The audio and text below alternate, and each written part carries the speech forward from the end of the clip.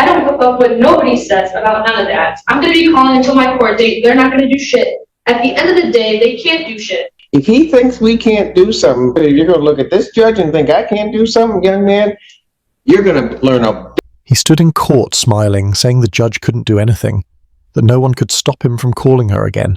But what happened next proved this judge wasn't someone to mess with. Kissy hanky. Your Honor.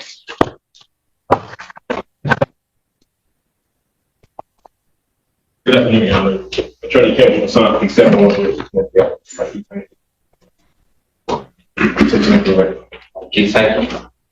right, it's your motion. There's probably a motion to respect the previous PCC hearing.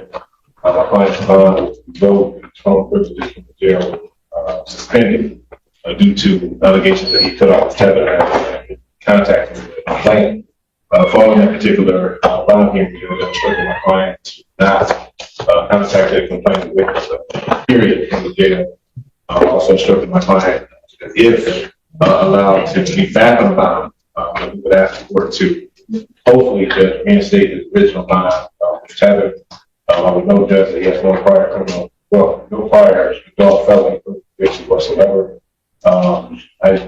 Following the submission of my motion, I did read the people's response, which I guess there's been allegations that my client had contacted the complainant subsequently.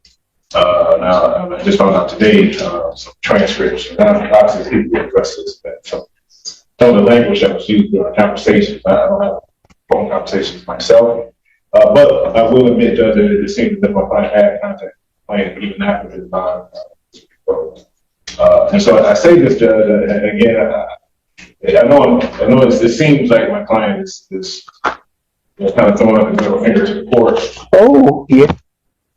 He is. But Judge, I just would state that this young man, I think he understands now that the court orders are serious, that the court orders him to do something, it means it.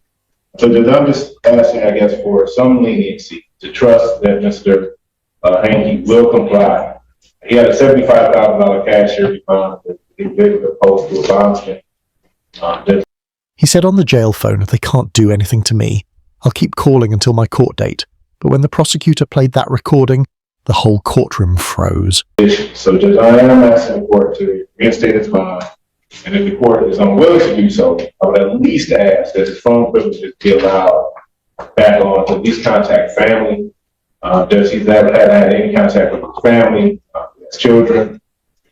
He hasn't been able to contact his dad, caretaker for. And so at the very least, the restriction of his phone privileges to contact family. All right. Well, before I hear from the people, counsel, let me just say, you came in here the first time, and well, let me start with this. Where's our tether? From my understanding, Judge, I thought community corrections still had it. I thought they had become. He cut the tether off. We haven't seen it. Okay. And I know you made the representation to the court, but I know you wouldn't have personally known that. I'm sure that came from your client or something along those lines. We don't have the tether back. Okay. Then, you know, and I get you're making the representation saying your client's going to follow what the court says, but I don't know if anything can be as shocking as walking into a court free. Your bond gets revoked.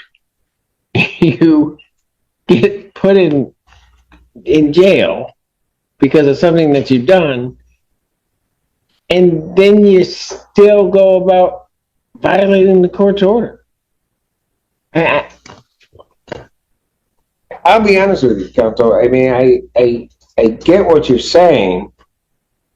I don't have a problem giving people chances. I just don't know that this is the one to give a chance to. Because he just hasn't done anything the court's asked him to do. Ms. Senda.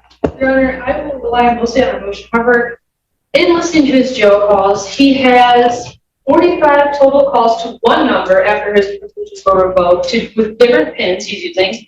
Then to the other number, we have 23 calls that were completed since his privileges were revoked with different pins. And in one of these calls as recently as Monday, there were a few memorable quotes that I heard in the calls, such as, "There's not shit in this world that's going to stop me from talking to you, man. Nothing in this world's stopping me from you.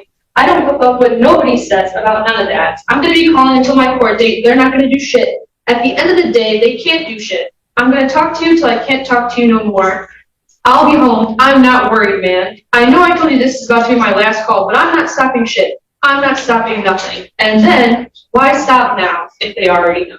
So I have extreme concerns that he cannot follow court orders, considering he cut off his tether, continually, flagrantly calling the victim on other pins, both numbers, acknowledging in some of the calls that he should not be contacting her, and continue to contact her. He just cannot abide by any of the court orders that are set before him. So I have great concerns, and especially given the violent nature of this case as well. Anything else, counsel? I mean, counsel, does your client want me to just request to the jail that they put him in solitary so that he has no contact with anyone, can't use their PIN number? If he thinks we can't do something, and if particularly you're going to look at this judge and think I can't do something, young man, you're going to learn a big lesson. So I definitely don't want that. My client. Well, he needs to, and I don't mean to interrupt you, counsel, but he needs to understand. You can say all that stuff. You are not that big, not that bad. Now, if you want to play with me, this is the kids say, mess around and find out. I guess that's not the quote, but it's close, but I did pretty good. I said it okay. Right now? All right. So just, if I may, just briefly, my client would like to. Go ahead. I want to apologize. I don't think I'm being bad at all. Huge praise about my child. I can't say that I'm not in here for nothing. You obviously think He begged for another chance, but the judge had already decided. She looked straight at him and said, "You think I can't do something? You're about to learn a big lesson." really don't. Truly. But again, please so much. Please. So much. I have no problem showing mercy to those that deserve it and have earned it. You have not. Motion for bond reduction or any change is denied. His bond will continue as revoked. Thank you, Judge. And for the record, this is also, from my understanding, the PCC. Yes, sir. He's all discovery complete. And I would ask if possible, whatever it is, if possible.